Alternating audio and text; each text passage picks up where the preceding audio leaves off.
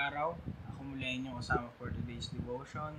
At ang talata na ating pagbubulayan ay may kita natin sa isa sa mga sulat ni Apostol Pablo sa 1 Corinthians chapter 10 verse 31.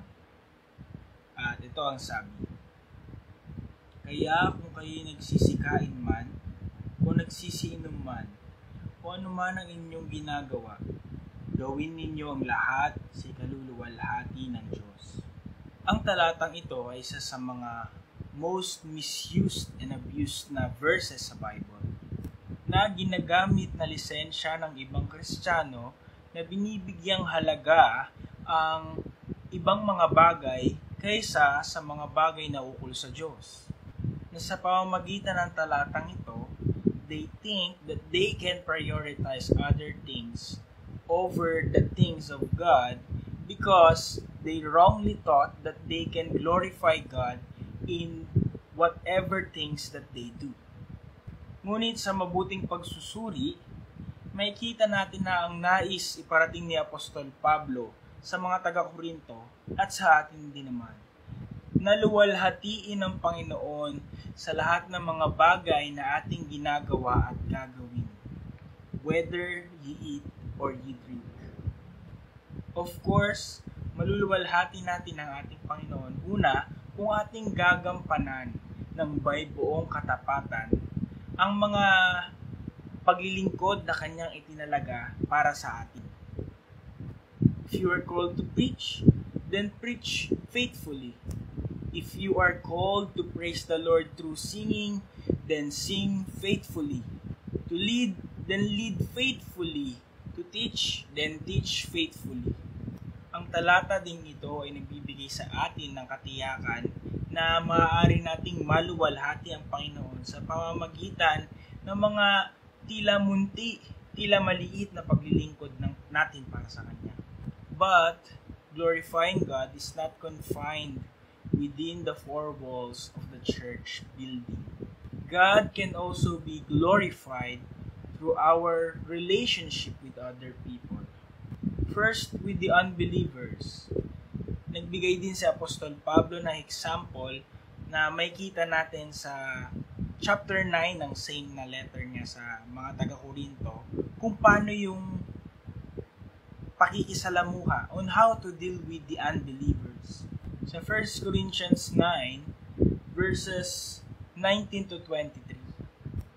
Ito ang sabi: Sapagkat bagaman ako ay malaya sa lahat ng mga tao, ay napaalipin ako sa lahat, upang ako'y makahikayat ng lalong marami. Sa mga Hudyo, ako'y naging tulad sa Hudyo, upang mahikayat ko ang mga Hudyo. Sa mga nasa ilalim ng kautusan, ay gaya ng nasa ilalim ng kautusan. Bagaman wala ako sa ilalim ng kautusan, upang mahikayat ang mga nasa ilalim ng kautusan. Sa mga walang kautusan, ay tulad sa walang kautusan, bagamat hindi ako walang kautusan sa Diyos, kundi nasa ilalim ng kautusan ni Kristo, upang mahikayat ko ang mga walang kautusan. Sa mga mahihina, ako'y nag-aring mahina, upang mahikayat ko ang mahina. Sa lahat ng mga bagay ay nakibagay ako sa lahat ng mga tao, upang sa lahat ng mga paraan ay mailigtas ko ang ilan. At ginawa ko ang lahat ng mga bagay dahil sa Ebanghelyo, upang ako'y makasamang makabahagi nito. Si Apostol Pablo didn't deal with them harshly. He did not condemn them. Pero, hindi ibig sabihin nun na si Apostol Pablo ay nag-compromise with them. He dealt with them with compassion and with godly wisdom. At ang dahilan ay may kita natin sa 1 Corinthians chapter 9 verse 12. At ito ang sabi: Kung ang iba ay mayroon sa inyong matuwid, hindi baga lalo pa kami, gayon may hindi namin ginagamit ang matuwid na ito, kundi aming tinitiis ang lahat ng mga bagay, upang huwag kaming makahadlang sa Ebanghelyo ni Kristo, na hindi tayo ang maging dahilan ng kanilang rejection kay Jesus Christ. At ang susunod ay sa mga kapatiran, bigay ng babala si Apostol Pablo sa 1 Corinthians chapter 8 verse 9. Dadapwa at magsipag-ingat kayo baka sa anumang paraan ang inyong kalayaang ito ay maging katitisuran sa mahihina.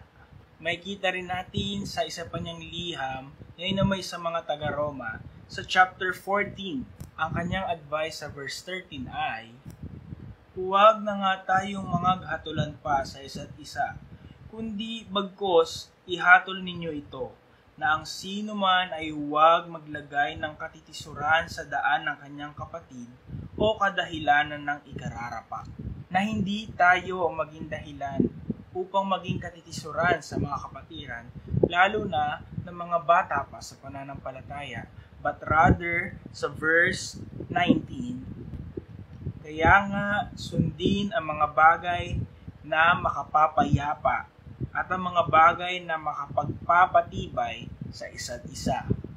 God can be glorified with our relationship with other people kung may kita nila sa ating buhay ang Panginoong Jesucristo.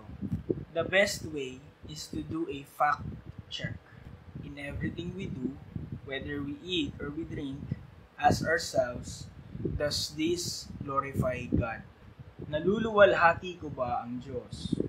When we plan ahead, ask ourselves, does this glorify God? Kung may pipiliin tayong gawin, tanungin natin ang ating sarili, ikaluluwalhati ba ito ng Diyos?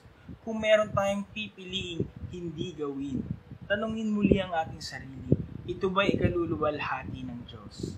Kaya kung tayo'y magsisikain man o magsisiinom man o ano man ang ating gagawin, gawin natin ito para sa kaluwalhatian ng Diyos.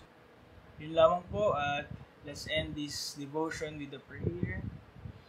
Ama naming Diyos na makapangyarihan sa lahat, maraming salamat po sa patuloy na pagkakataon ibinibigay niyo po sa amin upang mag-aral po na iyong salita.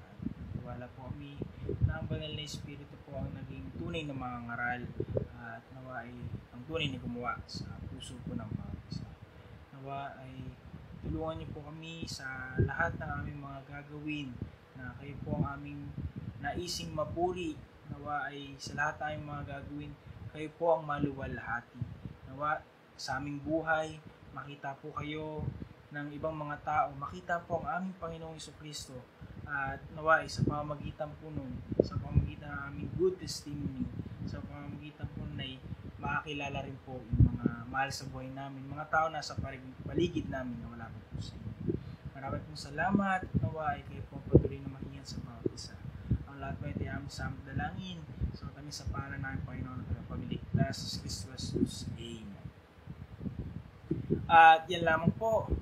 Maraming pong salamat at see you again next time.